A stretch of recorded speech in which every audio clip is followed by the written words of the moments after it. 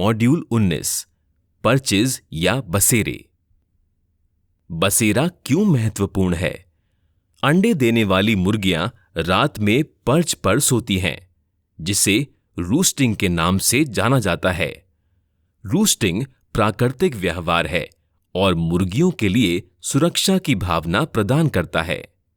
Perch प्रदान करना इसलिए अच्छा है, पर्च तक पहुंचने और उनका उपयोग करते समय कूदने, उड़ने, चलने और संतुलन क्रियाओं के माध्यम से मांसपेशियों और हड्डियों के स्वास्थ्य में सुधार आता है। भय और आक्रामकता का कम होना। पक्षी अन्य पक्षियों के हमले से बचने और आराम करने के लिए तथा सुरक्षित स्थान पर जाने के लिए पर्च का उपयोग कर सकते हैं। लिटर की स्थिति में सुधार। बसेरे पर अधिक समय व्यतीत करने से पक्षी फर्श पर चलने और बैठने में कम समय व्यतीत करते हैं, जो लिटर को अच्छी स्थिति में बनाए रखने में मदद कर सकता है। पंखों पर चोंच मारने और दम घुटने जैसे असामान्य व्यवहारों के जोखिम को भी ये कम करता है। एवियरी सिस्टम में पर्च पक्षी को ऊंचाई तक पहुंचने में मदद कर सकते हैं और उपलब्ध स्थान का पक्षियों द्वारा बेहतर उपयोग करने में मदद करते हैं। पर्च का स्थान और डिजाइन। पहले सप्ताह से ही पर्च के लिए पर्याप्त स्थान प्रदान किया जाना चाहिए। वयस्क अंडे देने वाली मुर्गियों के पास प्रति पक्षी पर्च पर कम से कम 15 सेंटीमीटर की जगह होनी चाहिए। जैसा कि चूजों और पुलेट्स को पालने के बारे में पिछले मॉड्यूल में बताया गया था, चूजों के पालन और वयस्क मुर्गियों के अंडे देने के आवास दोनों में पर्च के डिजाइन और संरचना समान होनी चाहिए।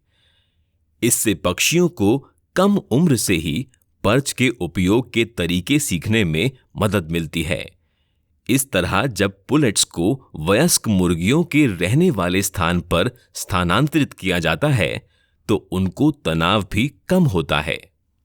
पर्च को जमीन से ऊपर उठा हुआ होना चाहिए, जिससे मुर्गियां अपनी सामान्य मुद्रा का उपयोग करते हुए आराम से खड़ी हो सकें। पर्च फिसलन वाले नहीं होने चाहिए। लगभग 3 से 4 सेंटीमीटर चौड़े होने चाहिए, जिससे मुर्गियां पंजों को पर्च के चारों ओर लपेट सकें। पर्च पर बैठने के दौरान यदि मुर्गियां अत्यधिक पंखों को फड़फड़ाती हैं या गिरती रहती हैं, तो ये इस बात का संकेत हो सकता है कि पर्च अस्थिर है और पक्षी ठीक से संतुलन या पकड़ नहीं बना पा रहे हैं। पर्च में कोई नुकीली सतह नहीं होनी चाहिए। पक्षियों को चोट लगने के जोखिम को कम करने के लिए उन्हें अच्छी ऊंचाई पर डिजाइन और व्यवस्थित किया जाना चाहिए।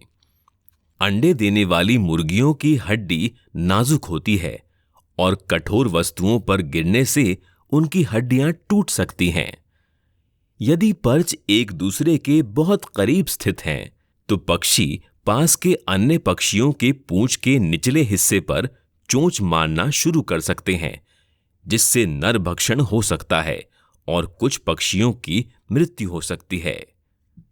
पूरे शेड में पर्च को अच्छी तरह से वितरित होने चाहिए ताकि झुंड में सभी पक्षी आसानी से पर्च तक पहुंच सकें। पर्च को सूखी स्थिति में भी बनाए रखा जाना चाहिए। मुर्गियां बैठने के लिए लकड़ी जैसी सामग्रियों को पसंद करती हैं, मगर उन्हें साफ करना अधिक कठिन हो सकता है। इसलिए कुछ निर्माता धातु की पर्च बनाना पसंद करते हैं। शेड के अंदर अन्य प्रकार के संवर्धन और उपकरणों की तरह पर्च के उपयोग की निगरानी और समय समय पर समायोजन किया जाना चाहिए। यदि बसेरे पर पक्षियों की भीड़-भाड़ हो जाती है, तो बैठने के लिए अधिक जगह की आवश्यकता हो सकती है। यदि पर्च खाली हैं, तो ये खराब पर्च डिजाइन या प्लेसमेंट के कारण हो सकता है। यदि पर्च के उपयोग से पक्षी घायल हो जाते हैं, विशेष रूप से कील की हड्डी पर, तो पर्च के डिजाइन और स्थिति की जांच की जानी चाहिए। Human farm animal care standards और RSPCA UK स्टैंडर्ड्स जैसे कल्याण मानक पर्च के प्रकार, आयाम और प्लेसमेंट पर अधिक विवरण प्रदान करते हैं। इन संसाधनों को ऑनलाइन प्राप्त किया जा सकता है। सारांश: पर्च पक्षियों को आराम करने के लिए जगह प्रदान करता है और वे मांसपेशियों और हड्डियों के स्वास्थ्य में सुधार कर सकते हैं, भय और आक्रामकता को कम कर सकते हैं, लिटर की स्थिति में सुधार कर सकते हैं और पंखों पर चोंच मारने और दम घुटने जैसी समस्याओं को कम कर सकते हैं। पर्च फिसलने वाले नहीं होने चाहिए। लगभग 3 से 4 सेंटीमीटर चौड़े, ऊपर उठे हुए, साफ और सूखे होने चाहिए। प्रत्येक पक्षी के बैठने की जगह कम से कम 15 सेंटीमीटर होनी चाहिए, जिस पर वे सामान्य मुद्रा का उपयोग करके आराम से बैठ और खड़े हो सकें।